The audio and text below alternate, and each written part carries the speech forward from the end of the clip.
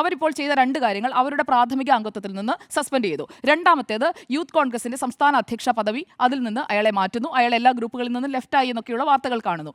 അപ്പോൾ ഇത് രണ്ടെന്ന് പറഞ്ഞു കഴിഞ്ഞാൽ പാർട്ടിക്കുള്ളിലെ പാർട്ടി പ്രവർത്തകരായ സ്ത്രീകളുടെ സുരക്ഷ മുൻനിർത്തിക്കൊണ്ട് ചെയ്ത ഒരു കാര്യമായിട്ടാണ് ഞാൻ മനസ്സിലാക്കുന്നത്. അപ്പോൾ പാലക്കാട്ടെ സ്ത്രീകൾക്ക് സുരക്ഷ വേണ്ടേ കോൺഗ്രസേ?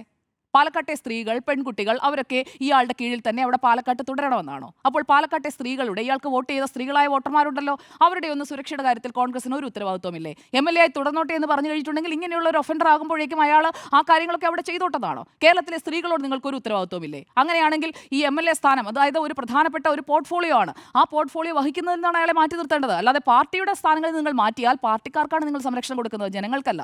ജനങ്ങൾക്കാണ് നിങ്ങൾ, അല്ലെങ്കിൽ നാട്ടിലെ സ്ത്രീകളോടാണ് നിങ്ങൾക്ക് ഉത്തരവാദിത്വം എന്നുണ്ടെങ്കിൽ നിങ്ങൾ മാറ്റേണ്ടിയിരുന്നത് MLA സ്ഥാനത്ത് നിന്നാണ്. അപ്പോൾ MLA സ്ഥാനം രാജിവെക്കാനായിട്ട് ആവശ്യപ്പെടുന്നില്ല. അതിന്റെ കോട്ടമാണ് കോൺഗ്രസിന് ഉണ്ടാകാൻ പോകുന്നത്. പാലക്കാട്ട് ഇപ്പോൾ MLA ആയി ഈ നിയമസഭയുടെ കാലാവധി തീരുന്നത് വരെ അയാൾ തുടരട്ടെ എന്ന് തീരുമാനിക്കുന്നതിലൂടെ അതിൽ നിങ്ങൾക്ക് മറ്റ് പല കാരണങ്ങളും ഉണ്ടാകാം, പുറത്തു പറയാൻ കഴിയാത്ത കാരണങ്ങളും ഉണ്ടാകാം. എന്തായാലും ആ കാര്യങ്ങളിലൊന്നും ഇതുവരെ പുറത്തേക്കൊന്നും പറഞ്ഞിട്ടില്ല. എന്തിനാണ് ഈ സസ്പെൻഷൻ എന്ന് പോലും പറഞ്ഞിട്ടില്ല. ഇവിടെ കോൺഗ്രസിന് ഈ കാര്യത്തിൽ ഒന്നും ചെയ്യാൻ കഴിയാത്ത ഒരു സാഹചര്യത്തിൽ ഇതെങ്കിലും ചെയ്യണ്ടേ എന്ന മട്ടിൽ ഇവിടെ ജിമ്മി സാറ് സൂചിപ്പിക്കുന്നത് കണ്ടു. അപ്പോൾ ചെയ്യാൻ കഴിയുന്ന കാര്യം എന്ന് പറഞ്ഞാൽ ഇതല്ലല്ലോ.